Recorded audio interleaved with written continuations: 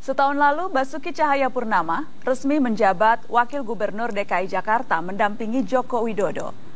Tapi menjadi orang kedua, tak membuat pria yang akrab disapa Ahok ini menghilang di balik bayang-bayang sang gubernur. Valdia Baraputri melihat Jakarta dari kacamata Ahok dan menyaksikan bagaimana peran sang wakil gubernur dalam menata ibu kota. Masihkah Ahok punya waktu untuk mendengarkan aspirasi warga seperti saat kampanye dulu? Valdia menyajikan kisahnya untuk Anda. Inilah wajah Jakarta pukul 7 pagi.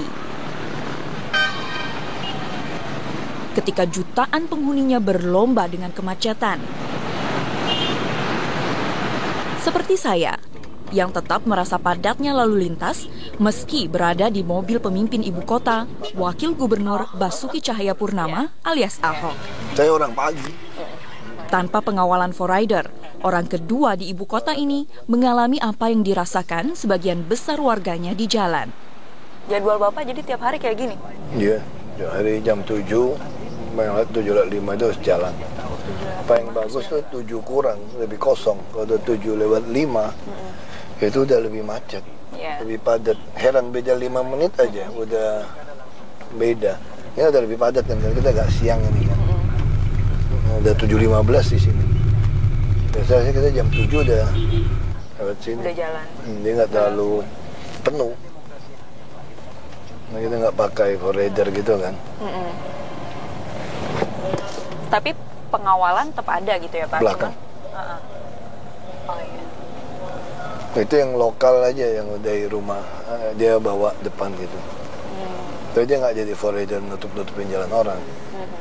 Demi berlomba dengan waktu, Ahok pun melakukan kebiasaan banyak orang di tengah kemacetan.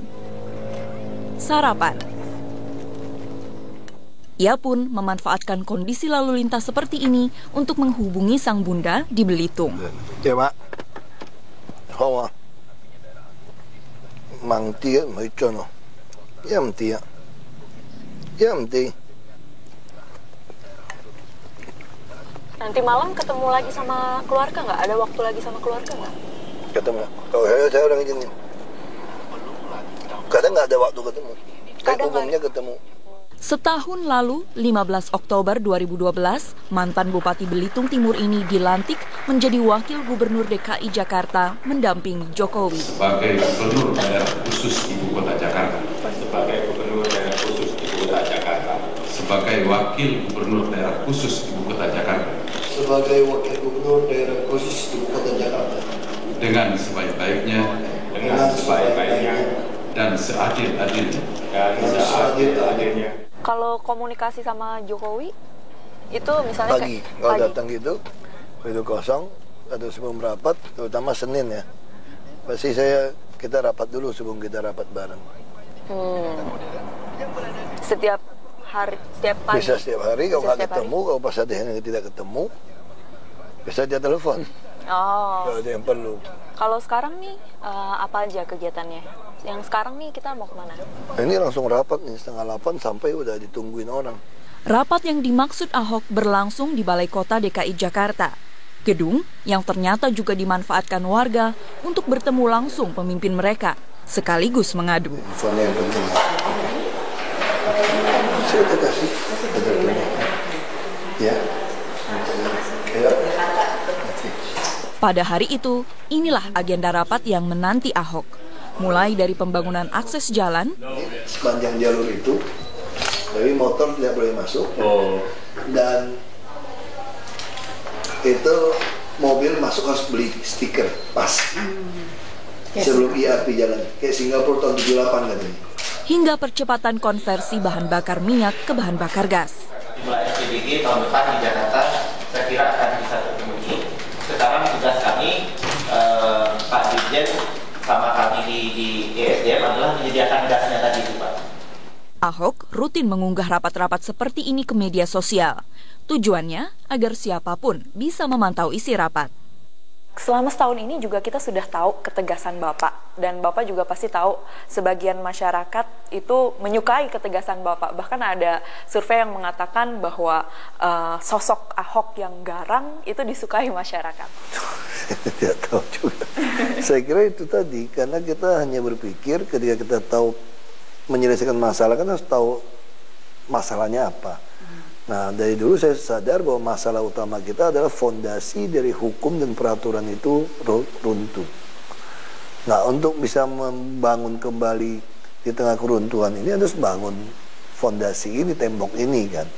Nah, dalam membangun tembok ini tentu akan perlawanan dari orang-orang yang tidak suka ini dibangun. Nah, di situ saya kira otomatis Anda pasti akan bertahan, Anda akan tegas keras di situ. Kalau tidak dijaga bagaimana? Ini fondasi udah runtuh kok. Apa yang bisa diharapkan lagi? Nah, dalam menegakkan hukum itu kesan orang ya kita jadi keras, jadi tegas. Tapi hukum ya begitu. Pemerintah memegang senjata karena dalam rangka menegakkan hukum dan peraturan. Nah, saya tidak tahu lagi kalau cuma gayanya terlalu keras ya. Karena saya emosi. Nah, saya hanya berpikir kalau Anda lihat kondisi seperti ini Anda tidak marah, saya juga heran kenapa tidak marah. Harusnya Anda marah. Ya, menurut saya juga ya sosok dia yang seperti itu yang dibutuhkan untuk saat ini gitu. Maksudnya kalau dalam keadaan yang ideal ya kita jelas kita butuh pemimpin yang mungkin nggak seperti itu, tapi keadaan yang sekarang ya kita butuh, yang membuat kita butuh sosok seperti itu gitu untuk yang sekarang ini. Muhammad Iqbal Lubekran sudah lama mendampingi Ahok sebagai salah satu stafnya. Alumni Universitas Indonesia ini mengetahui sepak terjang Ahok sejak sang atasan duduk sebagai anggota DPR Komisi 2 tahun 2009. Kalau Mas Iqbal sendiri sempat sport jantung nggak sih? Sport jantung ya jelas ada beberapa momen-momen yang bikin kita ya kaget sih enggak, tapi ya jelas ya sedikit tersentak gitu kan, tapi ya emang dia seperti itu di saat yang tepat. Lama bersama tak membuat Iqbal menjadi anak kesayangan. Dia ngamuk-ngamuk nih, ngamuk ke saya, ini ngamuk ke sekolah dulu yang tamrin, ini yang ketemu yang Haji Dulung itu ya, yang pertama sama PU yang paling gitu ya. Iya. PU 1,5 juta, bayang 1,5 juta. Ia pun pernah merasakan langsung ketegasan sang wakil gubernur. Lu orang paling hebat. Ada laptop di depan mata, lu ketik tulis pakai tangan. Lu steno nggak? Kalau steno mau maafin. Dan dia orangnya juga nggak pendendam gitu. Jadi saat itu dia mungkin marah atau tegas ya saat itu aja. Setelah itu udah biasa lagi dan mungkin dia kadang-kadang juga lupa kalau dia pernah snap atau sedikit tegas, sedikit marah lah gitu. Ya dia orang seperti itu. Jadi yang udah berlalu ya berlalu. Jadi nggak nyimpen dendam, nggak nyimpen perasaan yang gimana-gimana gitu. Profesional aja gitu. Dalam setahun ini juga banyak kritikan yang masuk terkait hal itu. Apa Bapak mengubah atau menyesuaikan diri dengan hal itu, Pak? Saya kira ya apa yang kita sesuaikan, mungkin kalimat-kalimat yang orang tidak suka kita tidak pakai lagi ya. Tapi secara prinsip tetap saya pakai. Mungkin saya tidak keluarkan lagi kata-kata bajan, gitu kan.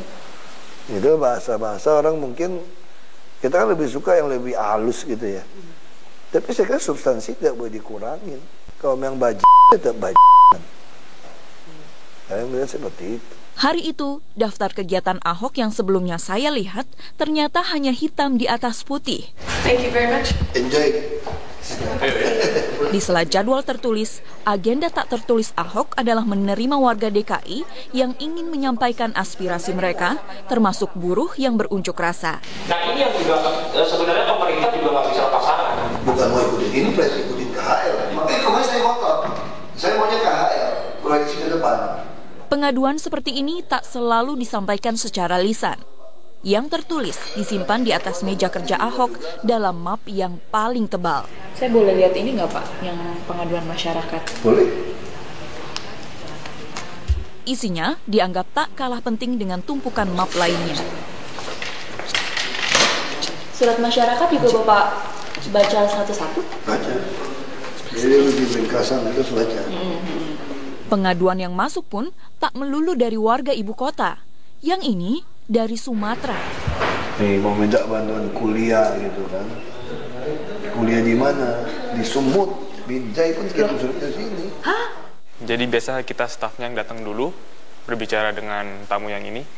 Kemudian kita tanya keperluannya apa. Kalau misalkan keperluannya tidak mendesak dan tidak terlalu penting, maka kita akan minta mereka nulis surat untuk dijadwalkan kemudian. Tapi kadang-kadang ada juga yang datang karena punya pengaduan masyarakat. Nah, kebetulan kita di lantai 3 sudah ada tim pengaduan, jadi kita arahkan saja ke sana. Michael Sianipar adalah salah satu staf Ahok yang bertanggung jawab menangani pengaduan masyarakat. Lulusan sebuah universitas di Korea ini mengembangkan sebuah sistem yang bisa menyalurkan pengaduan masyarakat langsung ke pihak terkait. Jadi kita mengembangkan sistem di mana warga bisa SMS saja kepada sistem kami untuk menyatakan pengaduan mereka. Kemudian dari sistem tersebut kita akan kirimkan ke dinas-dinas terkait yang akan memberikan jawaban. Jadi 1 tahun terakhir saja ada 10.000 pengaduan yang masuk. Rata-rata 1 bulan 1.000 pengaduan. Kenapa semua masyarakat itu mengadunya tuh mencari ya pimpinan DKI Jakarta? Kalau nggak gubernur, ya wakil gubernurnya. Padahal kan ada dinas-dinas terkait. Saya rasa karena mereka memiliki rasa kedekatan yang lebih dengan gubernur dan wakil gubernur. Mungkin kalau dengan dinas, pengalaman sebelum-sebelumnya, kalau melapor tidak ditanggapi dengan baik. Menghadapi begitu banyak pengaduan yang masuk, Jokowi dan Ahok tak mungkin selamanya menanganinya sendiri. Sudah saatnya pihak yang paling terkait untuk bekerja. Memang selama ini kita juga sangat intensif. Kalau ada laporan yang masuk, kita usahakan ditindaklanjuti dengan segera. Tapi sekarang kita juga mengarahkan supaya dinas yang lebih proaktif, supaya dinasnya juga dapat nama. Karena kita tahu untuk membangun sistem tidak bisa mengandalkan sosok saja. Tapi bagaimana caranya dinas juga bisa mendapatkan nama dan mereka juga mendapatkan apresiasi dari masyarakat. Itu arah kita sekarang. Hari itu tak ada agenda pertemuan dengan sang gubernur. Tapi bagi Ahok, tanpa bertemu pun kerjasama mereka tetap terjalin erat. Tapi oke lah, ya, tinggalkan yang lalu, yang paling penting sudah dimulai. Jadi kalau beliau udah pergi, saya nggak usah pergi. Misalnya kayak ini peresmian MRT gitu. Untuk apa saya ke sana? Lebih baik saya selesaikan rapat di sini, selesaikan persoalan di sini kan.